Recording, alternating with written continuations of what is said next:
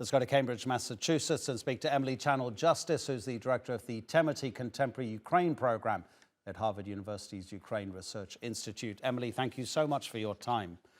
What do you make of the existence of the Wagner mercenary group around that part of Bakhmut and Soledar, and what it means that the Russian Defense Ministry is not even acknowledging Wagner's participation, and how indeed the Ukrainian army reacts to this group being there?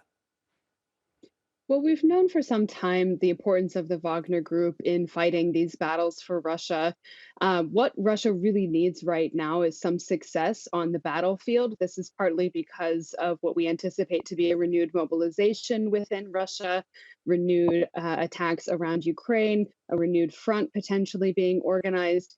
And we know the Wagner Group is drawing from prisoners in Russia, they're drawing from mercenaries. So this is their fiercest fighting force. These are the troops that are supposed to be able to, pull out some miraculous victory for Russia. And so I think it's really about convincing people within Russia that the Russian military has won something. And so the Wagner Group plays a very significant role here. Poland is going to be sending Ukraine some Leopard tanks. The British government has also been asked for tanks. London hasn't quite decided yet. Does that mark a difference in the kind of equipment being sent to Ukraine? Surely a tank is an offensive weapon. So much of the previous military assistance has been defensive.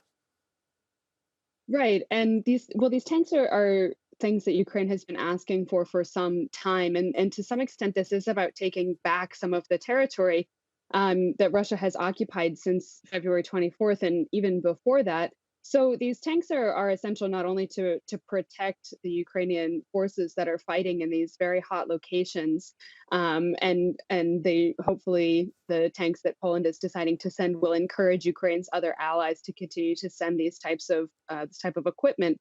But as the Ukrainian forces have shown their successes in fending off Russia in all locations, it's really important to keep sending these types of armed equipment because Ukraine is asking for future negotiations to be built on the removal of Russian forces from all of its territory. And the only way it can do that is to retake some of this territory, especially in the east. So they have a lot of momentum. The population is still supportive of Ukraine fighting the war. So this move by Poland and hopefully by the UK, as well as the US training Ukrainian troops in Patriot missile systems, these are all very significant moves to keep the momentum on Ukraine's side.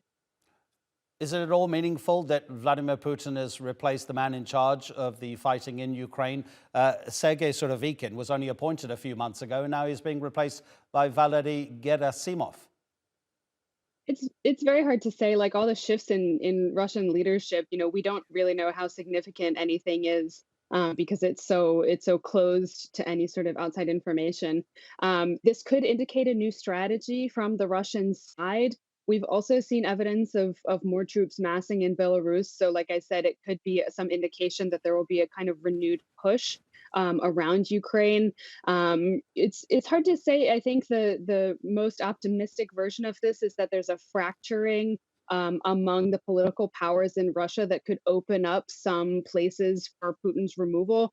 I don't know how likely that is, and I don't want to necessarily read it that way because we've seen so much turnover already in the Russian military.